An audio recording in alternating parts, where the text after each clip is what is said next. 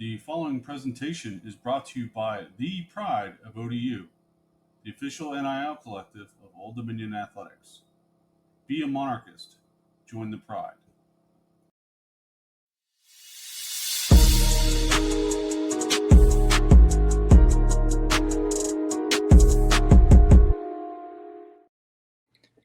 Monarch Nation, welcome back. I could have an intro for 5 minutes, but no introduction is necessary. We've got Coach Wendy Larry in the house. Let's save all the time to talk about the good stuff. Coach, welcome to the show. Hey, thank you for having me, guys. I'm excited. It's our pleasure to have you, but I think we should start back at the beginning. Obviously, you're from New Jersey. I'd love to hear what drew you to the Old Dominion program as a player and student. Okay, so in a nutshell, I went to Butler High School in New Jersey, which was a regional school. I'm originally from Bloomingdale, which is a very small town in North Jersey. And so we had to go to a regional school. I was very fortunate that I had a tremendous high school coach in Marge Giles. And we were very successful as a basketball program and played a lot of the better teams in the state, Paramus Catholic, Camden Catholic, a number of the private schools as well. She had decided for each of us that went through her program that we should pick 5 schools and visit 5 schools during our junior year in high school and just kind of get a feel for their academics, their athletics, where we would fit, if you will. So I went on my journey and I went to Tennessee. Kentucky. I went to William and Mary. I went to Delaware. I went to Rutgers, and I went to Old Dominion. And Old Dominion was an aside because my high school coach had gone to Radford. That was her college. And her roommate was Dr. Jim Jarrett's first wife. So she knew Dr. Jarrett personally and thought that he had a great mind and was a pioneer, if you will, and asked me to stop by Old Dominion and just talk with him and meet him and see what I thought. So that was actually my last on my swing. That was my last stop. I went to William and Mary, then I came over to Old Dominion. And really, William and Mary was my first pick, ironically, and that was where I really wanted to go. They didn't have much of an athletic program for women at the time, but their academics were out of sight. But it was very difficult for an out-of-state student to get in. So I went by Old Dominion, and as I'm walking around campus, and it was very small and quaint at the time, 2 or 3 people said hello to me as I was walking around the campus, and I turned around behind me to see who they were talking to, because it just absolutely floored me that somebody was saying hello to me that didn't have any idea who I was. And that was just so not Jersey. That was so something very different, like Southern hospitality in its finest. And the more I walked around campus, the more I really felt at home. And when I got in Jim Jarrett's office and he talked about his vision of what he wanted to do with women's basketball, I was pretty sure that if I couldn't get in William and Mary, that I was going to give Old Dominion a shot. And lo and behold, I didn't get in William and Mary. So here I was, as a freshman at Old Dominion. Well, we've got a couple things in common because I didn't get into William and Mary either, and I went somewhere else, and it worked out pretty awesome, just like your story. So there's so much to talk about in such a short period of time. So as a player, if you had to narrow down or kind of describe your playing career in a sentence or 2, how would you do it? I was all about the defensive end of the floor. I was a defender and I was a rebounder. And that's the only reason I played. I was not a scorer. I would defend one of the best people on the perimeter or in the post. It didn't matter. And I loved to rebound the basketball. That was just my thing. Now, sorry. Now, if I read your bio correctly, you were the first grant aid student women's student in Old Dominion history. Is that right? There were 6 of us. Are you talking about scholarship? Yeah. Mike, was that what you were referring to? Yeah, there were 6 of us that my sophomore year received partial supplements, if you will. And then that increased over the course of the rest of my career. But it was the first for 6 of us to receive money at Old Dominion. Yeah. So, I mean, that kind of speaks to what Jim Jarrett was trying to build. That his commitment to women's athletics was pretty obvious, and it's Selective clear what he excellence. built. Yeah, selective excellence. I mean, he picked a couple sports that he was going to really push and support. And when you go back and look at some of the press guides that we did for women's basketball in the 70s, it's absurd, really, when you think about the mind that he had and where this game was going.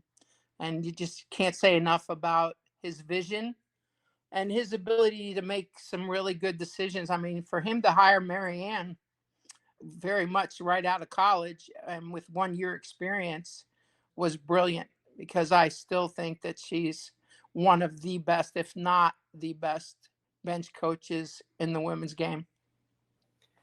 That's a great segue. I was going to ask you, every player at some point, the ball stops bouncing for them, and you've got to decide what the next step is. So, what drew you to coaching, and was there an early mentor that shaped your voice on the sideline?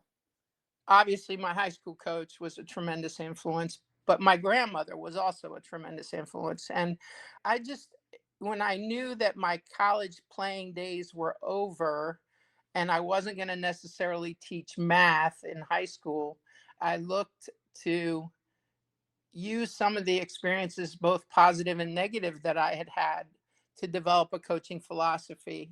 And as soon as I graduated from Old Dominion, I was fortunate that Don Forsyth over at Virginia Wesleyan hired me to come over and run their program for a year at the same time that I was coaching at Cape Henry Collegiate in the fall. So I was actually coaching 2 teams, one at Cape Henry and one at Virginia Wesleyan at the same time. And then Marianne came in and we had a good year at Virginia Wesleyan. I was able to recruit some of the, if you will, leftovers that hadn't gone high Division I to come to Virginia Wesleyan. We had a very successful year.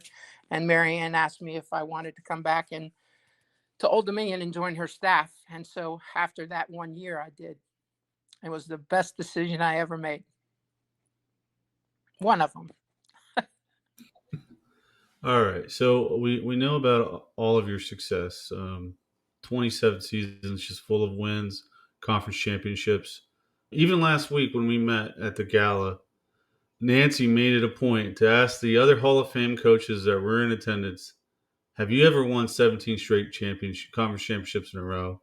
And all of them said no, to kind of illuminate how successful of a coach you were.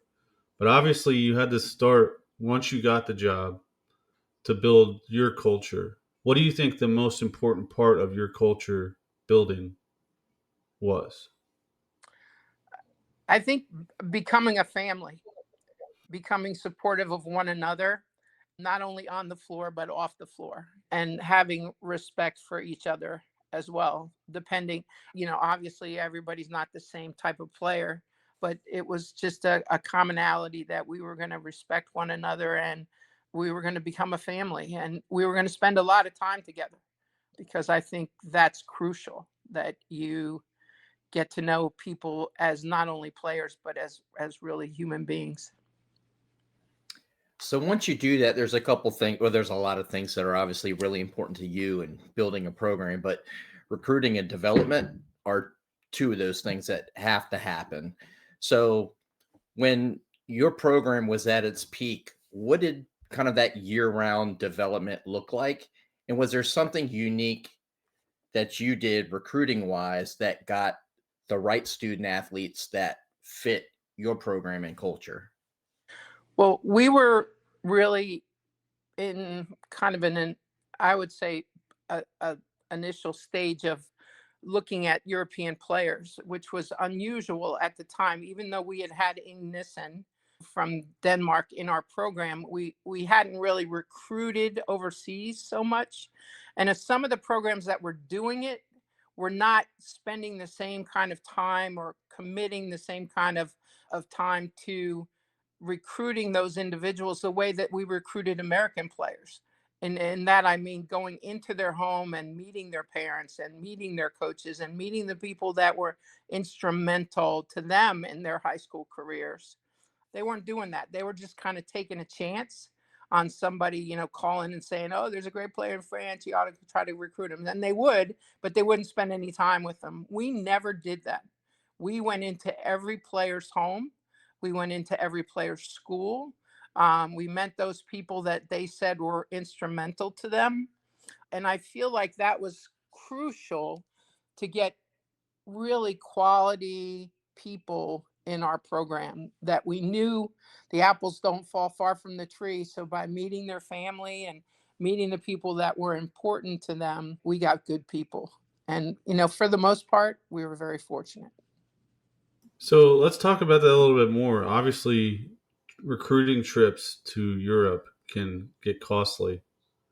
Would you try to stack up a bunch of these visits in a row so you could do it all in one trip, or how did Absolutely. you manage that? Cost efficient to be as cost efficient as we could be. Now, I was very fortunate that I had an assistant coach in Allison Green that spoke 5 languages, which helped significantly when you go to Europe and she can speak their language and we can get good deals at hotels, or we can actually stay with people that she was familiar with because she had played overseas as well and played in Portugal and played with almost to the point where she had played with Tisha. Tisha was a little bit younger than she was, so they didn't overlap in that regard.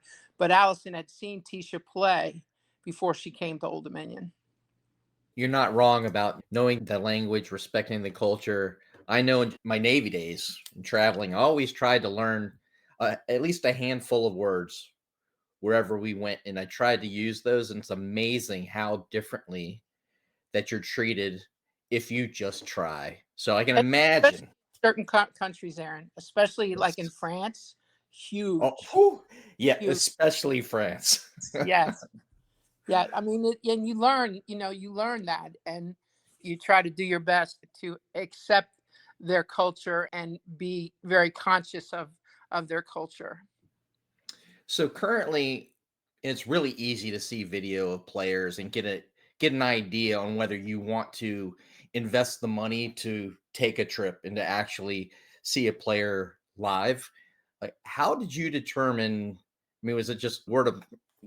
How did you determine where you were going to put your time and your effort? Because obviously, it sounded like defense was really important to you as a player. So I imagine it ended up being very important to you in that mentality. So how did you figure out where you were going to put that time and money and effort? Well, again, it was sometimes it comes down to just a gut feeling when you speak with somebody on the phone and you have a connection or you don't have a connection. And that was, an initial step to feel like there was somebody out there that you wanted to pursue.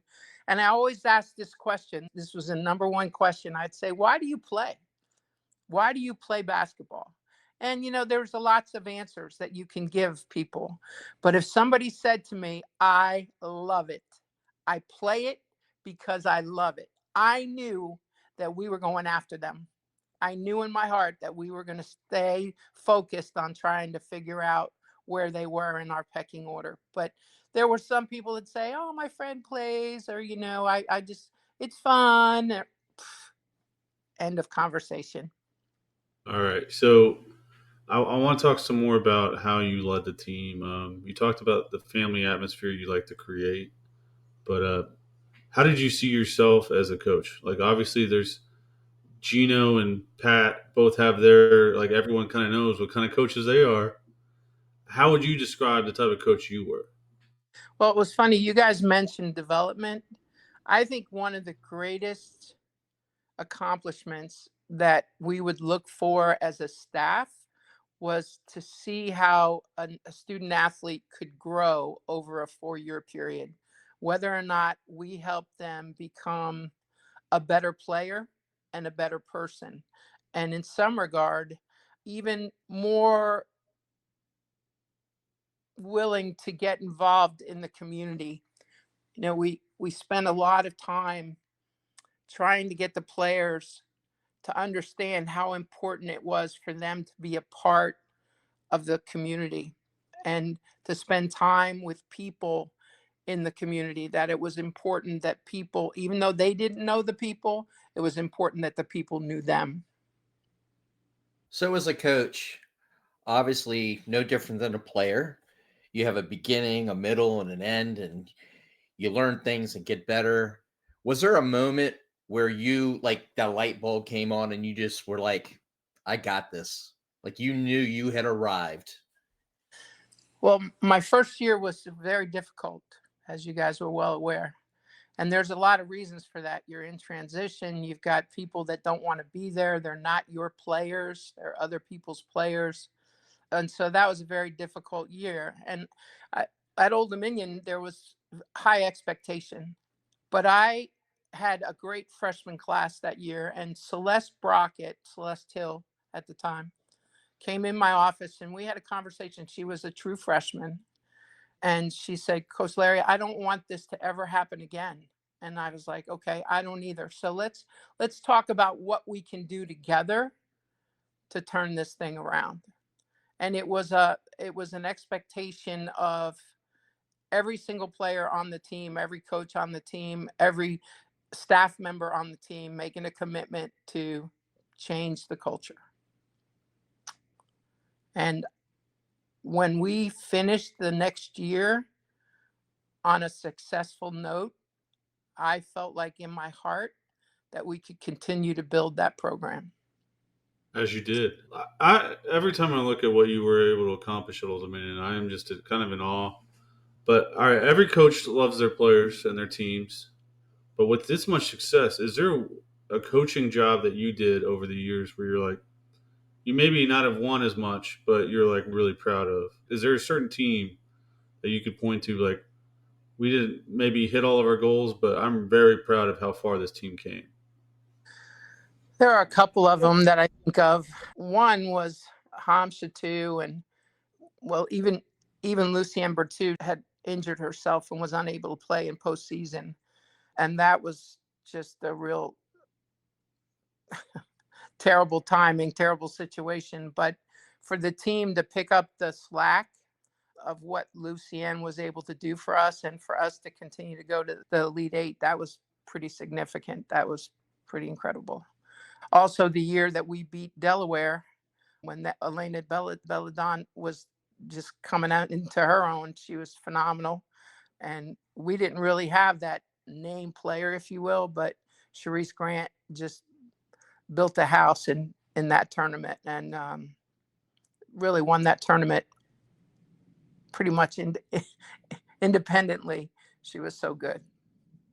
If you had to choose one title or one tournament run that best represented your program's DNA, what would it be and what made it click? I think the Delaware win, just because we were really not the favorite team, but our teams, as the number of conference tournaments rolled on, the teams and the leadership of the teams would come into the season going, not on our watch. It's not happening. And on this watch. And that pressure, but that confidence that they could work together to defend the championship was so crucial in that run. And it was prevalent in every team, that the seniors and the juniors that were the leaders of the team would be like, not on our watch, coach, not on our watch. It's not happening. We're not going to break this thing. So it started rolling. So obviously, women's basketball through your career changed considerably, and it continues to adapt in a big way. But we talk about the level of investment that was probably in the early '80s compared to the '90s and the 2000s. What was that like as a coach to see that growth and know you had a big hand in that?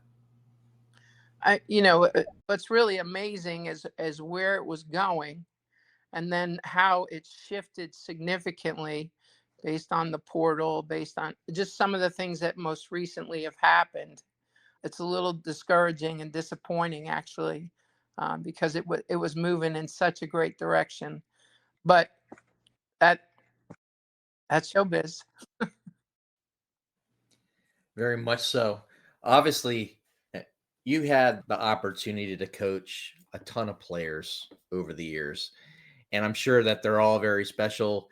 But I got to be that guy to ask those tough questions. If could you name a few players that just were like a coach's dream, but for different reasons?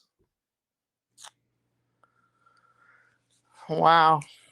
Mariah Spence comes to mind. Just one of the hardest workers and committed to do whatever she had to do to help the team win. Committed to change her body type, get fit, set a precedent in the classroom. She was one of those players that probably didn't make a lot of all-star teams and postseason accolades, but she was significant. Gosh, there's several. I'm just trying to think of who else just sticks out in my mind right away. Deanna Vanderplas was just a role model in the classroom. She's now a pediatric doctor, very good point guard, not outstanding, but very good, but just brilliant academically, and set a precedent with her teammates about studying and being involved in the classroom setting too. There's so many, gosh, so many that weren't on those first and second teams or All-American. I'd imagine you can't have championship quality teams without having a player or two like that in each locker room. It just doesn't glue together. Well, and that's a role that they accept, and they just flourish in that role. It might not be the player of the year, but they're just so important to make your team tick. Nairi Roberts came in at 250 plus and took her body into what I think was the difference in our 97 run. She just made such a commitment. And after her freshman year, how many tears she shed trying to make times and mile times. And bless her heart, she just said, nope, this is not who I am. I'm going to make a commitment to be a better player. And boy, was she. That's another one. There's so many. I'm going to be mad at myself when I think back on, there's probably one on every team, to be quite honest. There's always that one that's just that kind of quiet storm that gets it done for you every day. All right. So, from our experience around Old Dominion, we see what success requires: a lot of planning and a staff with great support for the head coach. So, I'd love to hear how the season transitioned from like preseason. What was the message to March? Like, how did that transition throughout the season? Well, our actual timelines were different than what they are now. Now you can have access 24/7 for 12 months. So we didn't have that luxury. I mean, we had a certain amount of time in what was considered preseason, and then we had the regular season, and then we had some postseason, depending on how successful you were, because your postseason was shortened if you were successful, because you didn't get the additional time because you were still playing. But now there's more access, like I said. I don't know if that's still a good thing or a bad thing, but I think we'll see. I think we'll see how quickly the game either goes in a better direction or doesn't go in a better direction. I'm sure we'll have more questions about that coming up, but let's take a step back. So, obviously, had the opportunity to coach in a ton of huge games and electric kind of atmospheres. What's the loudest arena you ever coached in, and the one that you thought was just the best atmosphere for college basketball? Texas Tech #1, Tennessee #2, and we went there every other year. So it was just a phenomenon, really, what they were able to accomplish, what Marcia Sharp could do at Texas Tech.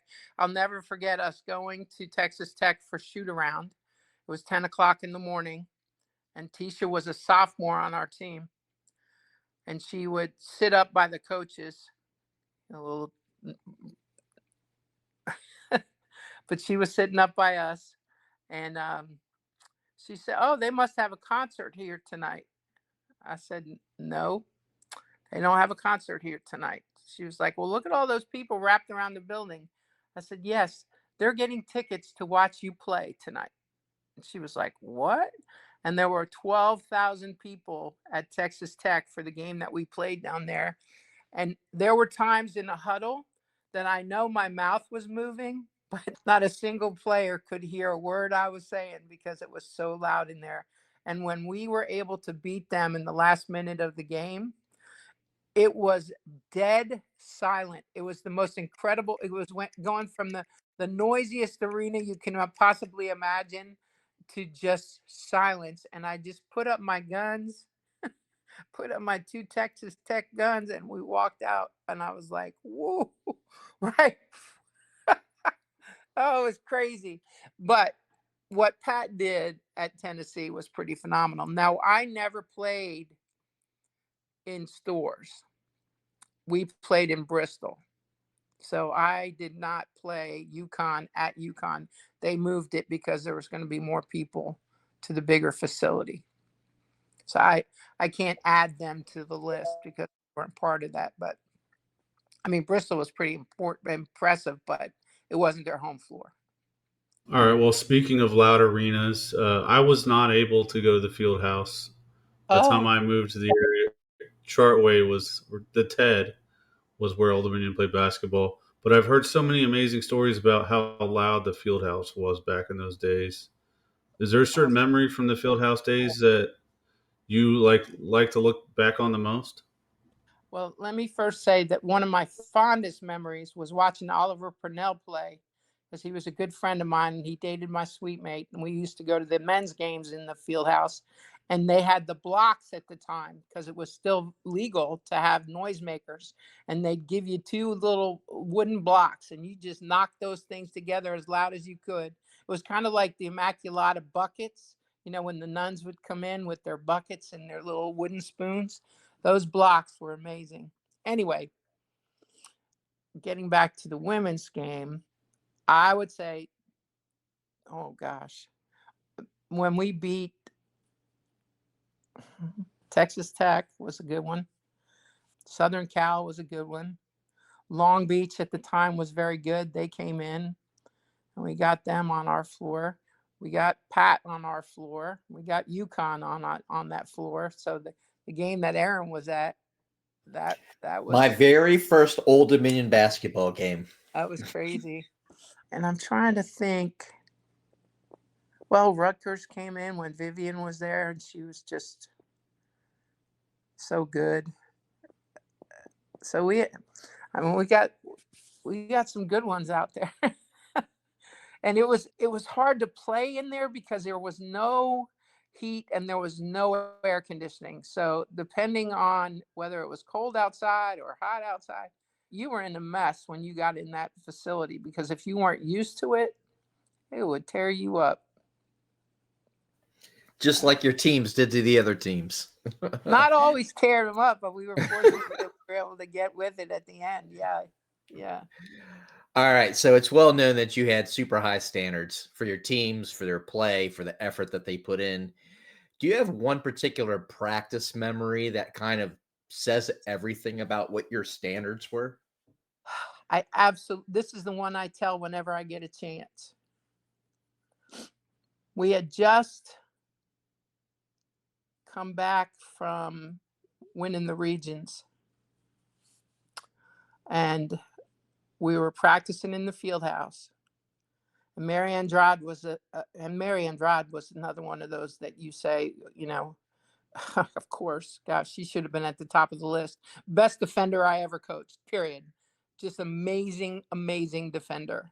But she was a sophomore. Tisha and Clarice were both senior. Well, one was junior, one was a senior, technically. Mary walked off the court. And nobody ever walked off the floor. I mean, that just didn't ever happen. And I walked over to the water because she was sitting at the water bucket. I said, Mary, what are you doing? She said, I can't play with them anymore, coach. I can't. They don't care. They're not playing hard. I cannot play with them anymore. I'm going home. And we're about ready to get on a plane to go to the Final Four in Cincinnati. I was like, no, Mary, you can't go home. We got to work this out. We got to get your captains over here and we got to talk about it and see what we can come up with a solution. So she was like, okay. So I called Tisha and Clarice over and I said, now here's a problem. We have a sophomore that wants to go home because you guys aren't taking this serious enough and you don't want to win a national championship. So I'm going to tell you what we're going to do. The coaches are going to leave practice. We're going to go back over to the auxiliary gym and you guys are going to work this out or we're not going to the Final Four. So I called the staff over and they thought I was nuts. I said, okay, we're leaving. We're not practicing anymore. We're going. So we walked out of that facility and we're walking down the steps of the Fieldhouse and we weren't halfway to the auxiliary gym. And Tisha comes running out and she's like, Coach, we worked it out. We got it all straight. We're good to go. We want to finish practice. I said, okay. So we turned around and we started walking back. And I turned to my staff and I said, you know what? Mary Andrade just put us on the track to win a national title. That sophomore just woke up the upperclassmen. And we beat Stanford in the semis. And then, unfortunately, we couldn't repeat and beat Tennessee because we'd already beaten Tennessee earlier at the Fieldhouse that year. Thank you for sharing. That's an awesome story. Unbelievable. I'm going home. No, you're not going home. Please don't go home. I'd love to talk to you about your battles. Like you talked before we started how your friendship with Pat. I'd love to hear about what it was like getting a coach against her and what kind of those moments were like. What was it like to coach against Pat? It was exciting because you were coaching against the best. But we weren't fearful of them. That was the thing that was most important. We were not afraid of Tennessee. We knew how good they were. We knew how efficient they were, but we felt like we could compete with them. And the more we played, the better friends we became. After the national championship, Pat and I took another step in our respect for one another. Her husband had said some pretty terrible things during the game, and she made him apologize.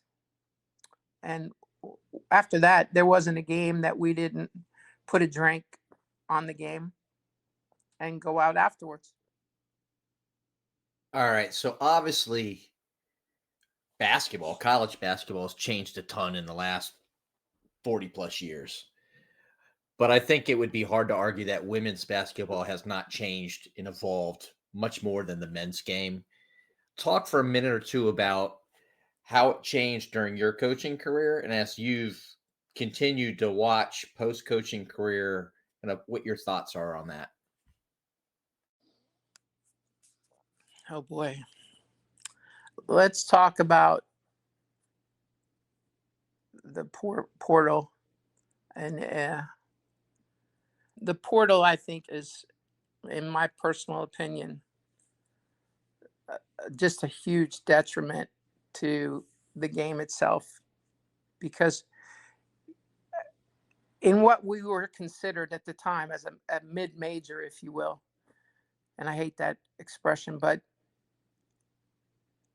we did everything we could to develop our players so we could compete with the top five. And knowing that there's no way that you can keep them in your camp and at any time they can just go anywhere is mind-boggling to me. Because you try to develop those players, maybe not as freshmen, maybe not as sophomores, but by the time they're juniors and seniors, they're staple for your program. And I think that whole transfer portal, bringing somebody in for a year. I mean, it's kind of like the junior college. We didn't recruit very many junior college players because if we did, we wanted them to play for 2 years. We didn't want them sitting on the bench for a year and then give us 1 year of play time. So we wanted to be sure that if we recruited the junior college player, they were going to be instrumental in our plan. But the whole true freshman thing was that we had 2 good years to get them right so that they could lead us as juniors and seniors. And now they just throw that out the window. If you get a player to commit to 4 years, it's an anomaly. I don't like it.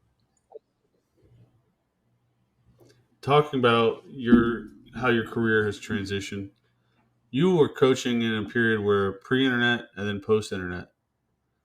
And I think the most interesting thing is recruiting, the changes, impact they had on recruiting, but also scheduling. Because nowadays, if you want to schedule a non-conference game, you can go look online and see who's available and what they're trying to get paid or what the deal is, right? Yeah. Hi, Talk to us Tara. about. This is Wendy. We would like to play you home and home. Hi, Marsha. This is Wendy. And you know what? I mean, I hate to say it, but you had to build relationships with these people in order to play home and home. In order to get Texas Tech and Rutgers and Tennessee and UConn. And I mean, we had to be in a good place with each other, especially for Old Dominion, because we weren't at the time ACC or SEC. We just weren't. But we were really fortunate that we were able to put together a good non-conference schedule and prepare us for postseason. And that's another thing that's become rare. Those teams going on the road to mid-majors is not something you see very often anymore. Well, and what you have to do now is you have to find teams that have 757 kids that want to bring them home. I mean, that's the chance that you take, that you have some coaches that are committed to bringing those kids home to play in front of their friends and family for one shot. So you call up and you say, okay, can you come play here? And maybe it ends up being a 2-for-1, but you still get a chance to bring them to your arena. And I believe that's what Alicia did last year with NC State. Or go out and make some money, get yourself some good players. Then everybody wants to play you, right? Well, it's interesting that you say that. And you touched on NIL a little bit. So money's always been important. I mean, it was important when you were coaching, but it's even more important than it is right now. If you were coaching today, obviously you would have to adapt all kinds of different things, but you were talking about the portal and building your roster. In today's era with the transfer portal and NIL, how do you think you'd want to handle that? It's amazing. I sat with Nancy at the gala, and she was the epitome of the NIL. She had a car, she had a bike, she had a condo, she had, you name it, Nancy had it. And she did it herself. Now, at the time, because we didn't know about it as coaches, it was probably very legal. But if we had known about it as coaches, it was probably very illegal. But the whole idea that you can supplement, I'm in favor of supplementing the players. I am not in favor of it being uncontrolled. And I think that personally, it would be best for the team psyche if everybody got the same amount of money, and that it was enough to supplement, but it wasn't crazy money that was going to make it difficult for a real team to come together. Personal opinion. Oh, that's fair. We see how it's gotten crazy at the P4 level, the high major level, if you will. Obviously, I think mid majors are still closer to that balance, but I'd love to hear about like so. 2019, you made your return to Old Dominion for the first time since the end of your coaching career. How has your relationship been since then with the school? Since Um, 2019. I mean, I'm going to say it's cordial. It's a cordial relationship. I appreciate Alicia and what she's doing at Old Dominion. I I would like them to be very successful, um, and I wish them the best. So you've named, I can only imagine what I would say Rolodex. I'm showing my age. I don't think there were Rolodexes, Mike, when you were born, but your contacts in your iPhone, coach, is probably pretty extensive. If there was one lesson your former players texted you about, like some sort of thing that stuck with them, what do you think it would be? How to speak in front of a group.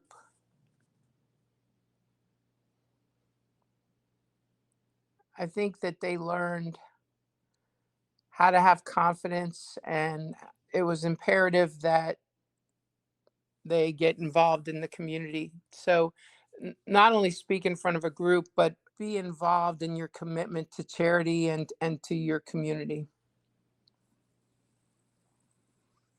I think that would be it. All right, Wendy. So when we were booking this interview, you told us during the day you're taking care of your grandkids as a grandma. That's what you do as a retiree. So talk to us a little bit more about retirement for Wendy Larry, the legendary head coach. Well, I'm Mrs. Doubtfire, really, 24/7. I have a 14-year-old and a 12-year-old that live with me.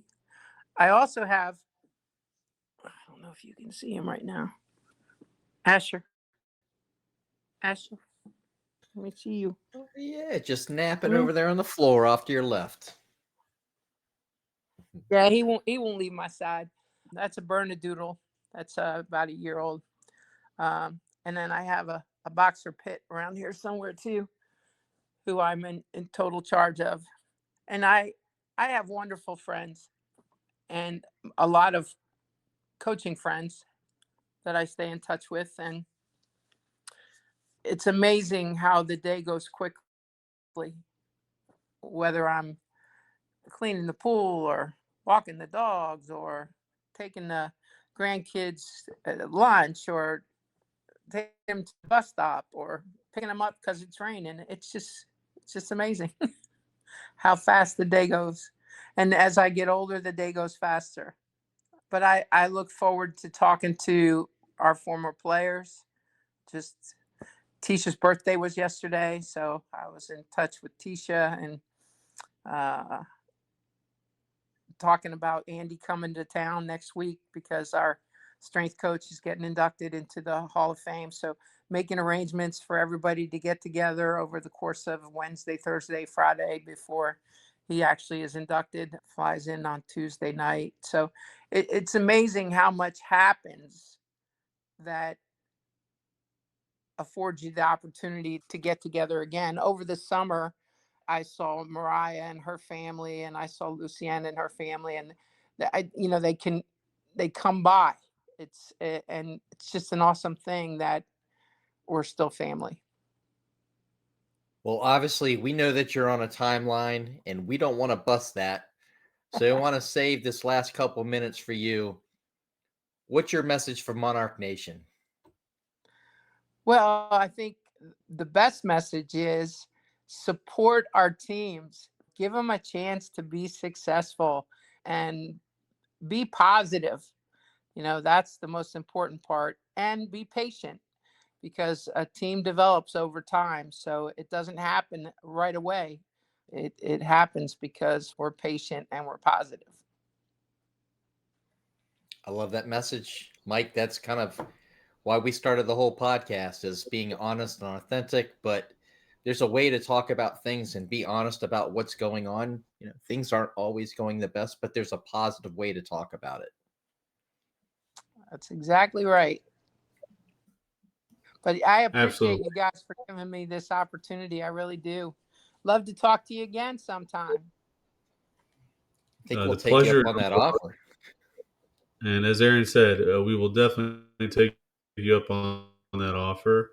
I want to let you know, it's been 15 years since you've coached at Old Dominion, and your legacy is still as strong as it was the day you left. So, thank you for everything you've done for Old Dominion.